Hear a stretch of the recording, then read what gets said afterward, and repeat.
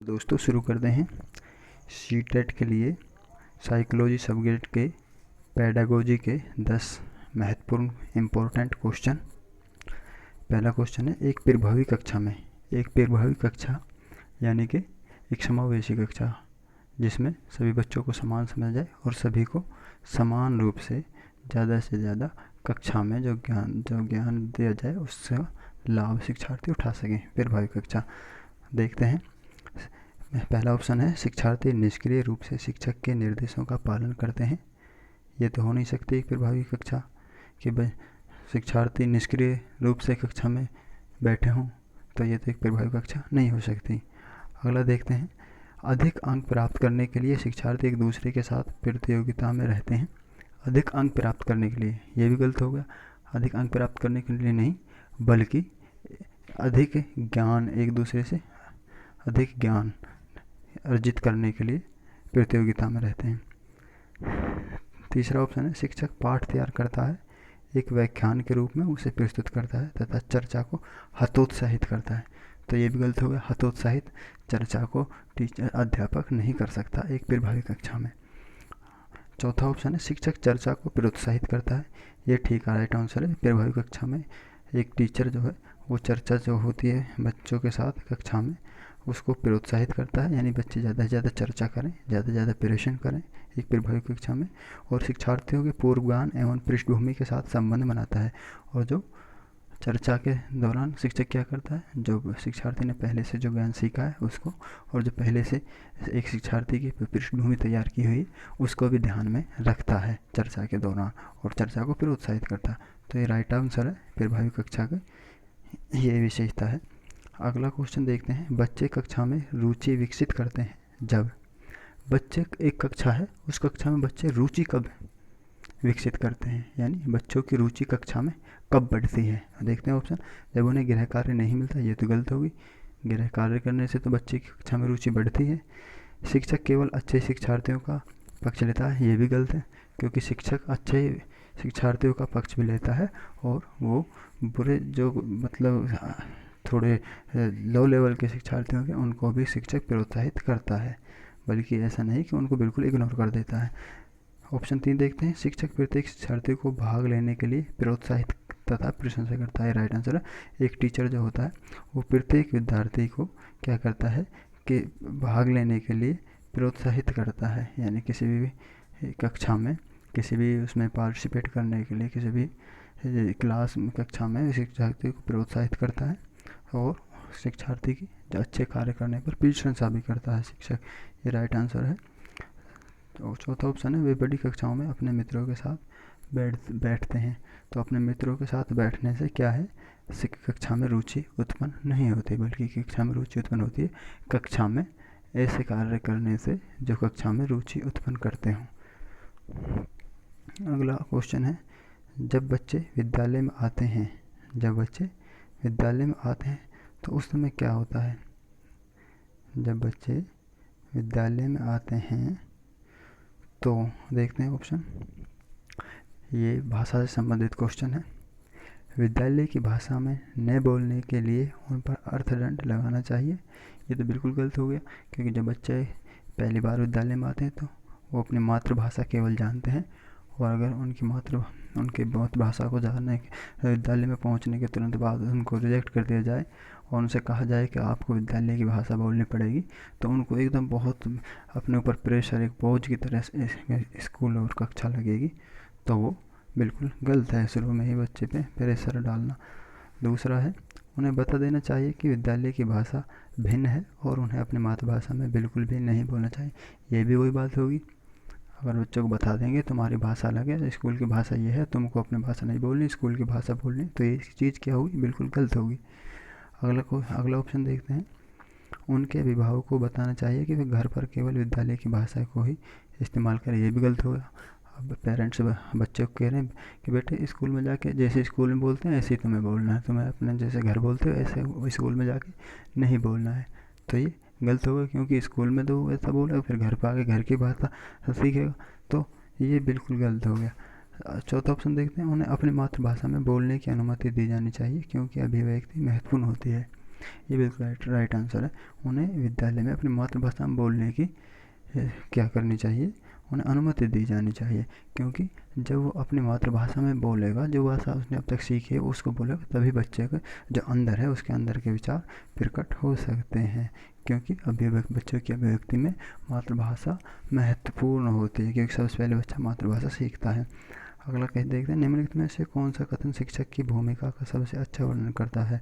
शिक्षक की भूमिका का सबसे अच्छा वर्णन करता है, इसमें पूछा सबसे अच्छा वर्णन करता है। सामाजिक दुनिया के लिए तैयार करने हेतु शिक्षक को बच्चों में प्रतियोगिता को बढ़ावा देना चाहिए, ठीक है। पर और अच्छा ऑप्शन देखते हैं, शिक्षक को मुख्य रूप से पाठ्य पुस्तकों में दिए गए ज्ञान पर बल देना चाहिए, ये ठीक है, लेकिन मुख्य रूप से बल नहीं देना चाहिए, और बहुत सारी चीज़ें। तीसरा ऑप्शन है, शिक्षक को अपने अभिलेखों का रखरखाव परिश्रमपूर्वक करना चाहिए, ये भी गलत है, क्योंकि परिश्रमपूर्वक नहीं बल्कि सफलतापूर्वक करना चाहिए। चौथा ऑप्शन देखते हैं, एक शिक्षक की सामान्य अभिवृत्ति बच्चों में सुरक्षा की भावना को बढ़ावा देने वाली होनी चाहिए, ये बिल्कुल राइट आंसर है। सबसे अच्छा वर्णन जो शिक्षक का जो भूमिका का जो कक्षा में करता है वो ऑप्शन 4 है, यानी कि एक शिक्षक की सामान्य अभिवृत्ति, यानी कि बच्चों में सुरक्षा की भावना को बढ़ावा देने वाली, एक अभिवृत्ति मतलब एक प्रेरणा जो होनी चाहिए बच्चों में सुरक्षा की भावना को बढ़ावा देने वाली चाहिए एक शिक्षक की। पांचवा क्वेश्चन देखते हैं, शिक्षक शिक्षार्थियों में समस्या समाधान कौशल को बढ़ावा कैसे दे सकता है, यानी कि शिक्षार्थियों में किसी भी समस्या को समाधान तक पहुंचाने के लिए उनमें बच्चों में कौशल विकसित करना, तो कैसे कर सकता है एक शिक्षक अपने शिक्षार्थियों में अनुशासन को बढ़ावा देकर। ये तो नहीं हो सकता कि अनुशासन बढ़ाते बच्चों के जैसे कहा ऐसे बच्चे करते रहे, अनुशासन में है बच्चे जैसे उनसे कहा ऐसे करेंगे, तो ये नहीं हो सकता। अपनी शिक्षा में चौक श्यामपट्ट का प्रयोग करके, ठीक है, चौक श्यामपट्ट का प्रयोग कर सकते हैं, लेकिन से उसमें समस्या समाधान कौशल उससे विकसित नहीं होगा। तीसरा देखिए, शिक्षार्थियों को विविध पदार्थ उपलब्ध कराकर तथा उन्हें अपनी सामग्री का अन्वेषण करने के लिए प्रोत्साहन देकर, ये राइट है, क्योंकि बच्चों को क्या है पदार्थ उपलब्ध, विविध माने अलग अलग तरीके की वस्तुएं उपलब्ध कराई गई, फिर उनमें से जिस सामग्री में उसे समस्या है, एक पार्टिकुलर उनमें से एक वस्तु को हटाया जिसमें बच्चे को समस्या है, और फिर उसको दूर करने के लिए बच्चे को प्रोत्साहित किया गया, ये राइट आंसर है। उन्हें निरंतर अभ्यास प्रश्न देकर और अभ्यास के पर बल देकर, ये गलत है, यानी बल मतलब प्रेशर, एक तरीके से हमें बच्चे पर किसी भी तरीके का प्रभाव नहीं डालना है, तो राइट आंसर है तीसरा।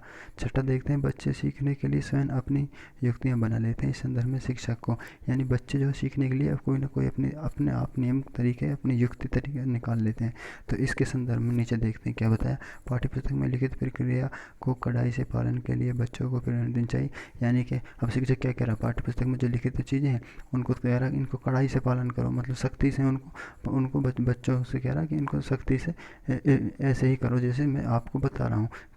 इस चीज़ को बेस रखते हैं, जब शिक्षक से पता करते हैं कि वो ऐसा क्यों कर रहा, शिक्षक कहता है इसलिए कर रहा है ऐसे क्योंकि बच्चे अपना आप नियम कायदे कानून बना लेते हैं, तो ये गलत हो गया। बच्चों में युक्तियों पर ध्यान न देकर अपनी बनाई पाठ्य योजना को पूरा करना चाहिए, ये भी गलत हो गया। अब इस बात का सहारा लेकर शिक्षक बच्चों पे क्या कर रहा है, अपनी बनाई गई पाठ्य योजना को थोप रहा है, ये भी गलत हो गया।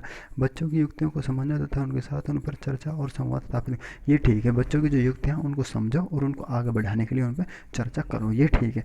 चौथा ऑप्शन है, बच्चों को ऐसा नहीं करने के लिए एक लंबा भाषण देना चाहिए, ये बिल्कुल गलत हो गया। बच्चे जो युक्ति बना रहे हैं उन युक्तियों को रोकने के लिए एक लंबा भाषण दे रहे हैं, तो ये भी बिल्कुल गलत हो गया। राइट आंसर है तीसरा, यानी कि बच्चों की जो युक्तियाँ जो बच्चों ने बनाई उनको युक्तियों को समझो, उनके साथ उन पर चर्चा करो और उनको प्रोत्साहित करो। अगला देखते हैं साधु क्वेश्चन, इनमें से कौन सा कारक सीखने में अति महत्वपूर्ण भूमिका निभाता है। सीखने में यानी कि अति महत्वपूर्ण भूमिका, सबसे ज़्यादा महत्वपूर्ण भूमिका कौन सा कारक निभाता है इस बच्चों के सीखने में।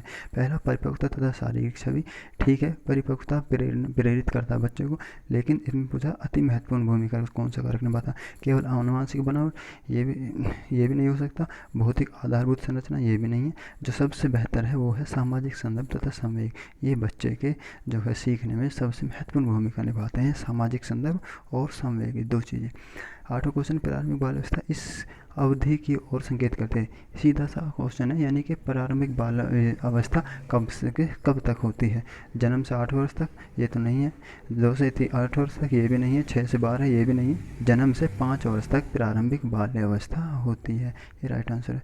9वां क्वेश्चन देते हैं, किसी शिक्षक के लिए बुद्धि और विकास के सिद्धांतों के बारे में जानना महत्वपूर्ण है, यानी किसी भी शिक्षक के लिए वृद्धि और विकास के सिद्धांतों को जानना महत्वपूर्ण है, जरूरी है, पर क्यों जरूरी है देखते हैं ऑप्शन। पहला है, इससे बाल विकास एक लोकप्रिय पाठ्यक्रम बनेगा। इससे बाल विकास एक लोकप्रिय पाठ्यक्रम बनेगा, ये तो नहीं हो सकता। यानी कि जो बच्चे का बाल विकास है जो उसको एक पाठ्यक्रम बना रहे हैं, एक लोकप्रिय बाल विकास टाइटल रख दिया और अब इसको एक महत्वपूर्ण पाठ्यक्रम, लोकप्रिय पाठ्यक्रम, यानी उसको फेमस कर रहे हैं, तो ये तो गलत हो गया। यह ज्ञान बच्चों को पृथक करने में शिक्षक की सहायता कर, ये भी गलत हो गया। ये बच्चों को शिक्षा के सिद्धांत सीख के बच्चों को अलग थोड़ी करेगा, बल्कि समावेश कक्षा की बातें हो रही है आजकल, सभी को समान शिक्षा, तो शिक्षक बच्चों को अलग भी नहीं करेगा, ये भी गलत हो गया। तीसरा है, शिक्षक अच्छा प्रभाव डालने में समर्थ हो जाएगा, ये भी गलत है। शिक्षक ये इसलिए सिद्धांत थोड़ी सीखाएगा कि बच्चों पर प्रभाव डालना, ये भी गलत हो गया। चौथा है, बच्चों को सीखने के उपयुक्त अवसर प्रदान करने में यह ज्ञान शिक्षक के लिए सहायक हो, ये ठीक है।